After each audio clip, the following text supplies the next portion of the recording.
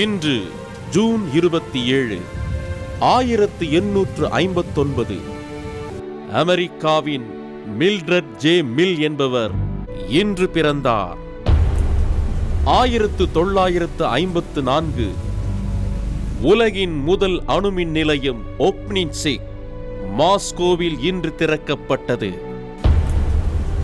1964 இந்திய பிரதமரின் அலுவலக இல்லமான தீன்மூர்த்தி பவன் நேரு நினைவு அருங்காட்சியகமாக மாற்றி அமைக்கப்பட்டது.